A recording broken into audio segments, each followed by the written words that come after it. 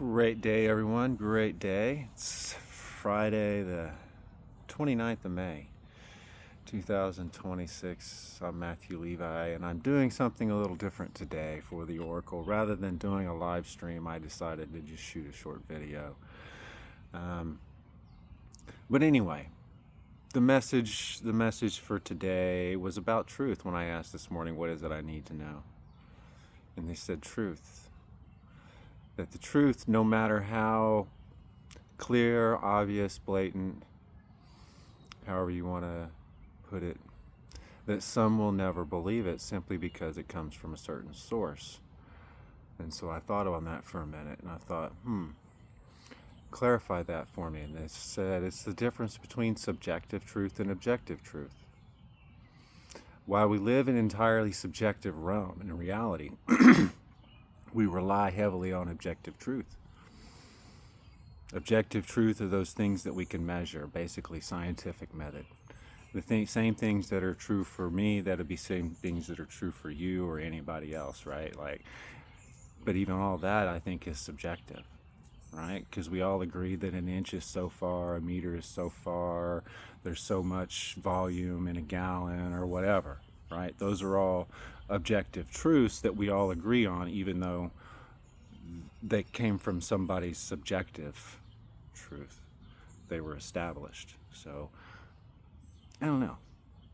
But when I asked deeper into that, I kind of asked what is it they were implying there. And in relation to where we are collectively as a species. I think while we rely heavily on objective truth to navigate this physical world of existence, even though we live it subjectively, that when it comes to things like disclosure, that because a lot of it is subjective truth, that people ignore it, people dismiss it, because if I can't see it, I don't believe it. If science doesn't prove it to be factual, i.e. objective truth, then I can't believe it. But I think what we're undergoing as a collective, as a species, is a shift in some of that. I think a lot of the science that we have is just now catching up to understanding how subjective our reality is, and how we as individuals, depending on our subjective truth, create and thereby co-creating consensus with each other and what we decide to be objective versus subjective truth. So maybe just think on that today. What is your truth? What is true for you?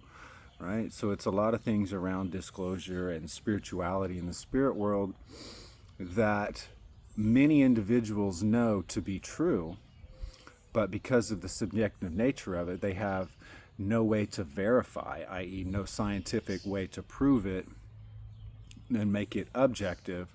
People dismiss it. So when it comes to living your truth and living your truth as a spiritual being, having a human experience, it doesn't really matter what anybody else's subjective nature of belief is, right? What their truth is. So when it comes to these topics of disclosure and things like that, you got to listen to your body to discern the truth. And this is a message I've been saying for the last several years now, is to get in touch with your senses, your intuition, your body, your vessel, and learn what is true for you, how it responds and resonates to the truth. Because it really is subjective, even though there are things we agree on to be objective truths, right? Like the 2 + 2 is 4. That's the same for me as it is for you, and the same if it is for Joe Public over there. So when it comes to dealing with the spirit world, though, those who are in the spirit world and have dealt with the spirit world for really their entire lives and around these phenomena and have experienced this stuff, that is their truth. And for them, that is absolute, even though they have no way to provide any kind of objectivity to it or verifiable proof, right? It's all UPG, their own unverifiable personal gnosis. And so when it comes to these topics about disclosure, government control, manipulation, things like that, the nature of reality and consciousness, I think us as the individuals and as the observers of this subjective reality that we live in, it's up to us to define what is true for us, because what's true for you may not be true for me, just like what's true for me may not be true for you. And that's the subjectivity of it. But if you're waiting on science, hard science, and your government to validate experience, your personal gnosis, don't hold your breath. Don't hold your breath. But things are changing, and don't rely wholly solely on pure science and logic and reasoning. And trust me, as somebody who's grown up very logical and very analytical and wanted to understand everything and questioned everything, there's some things that I just can't logically explain, other than it's just pure fucking magic, man. That this world that we live in and the greater cosmos that we live in, the greater conscious reality that we live in, there's just some shit that's purely unexplainable, that's really indescribable or ineffable once you experience it. And so I understand the feelings of some people, me in particular, when it's like you've been saying this and it's like trying to get everybody to understand, but it doesn't really matter.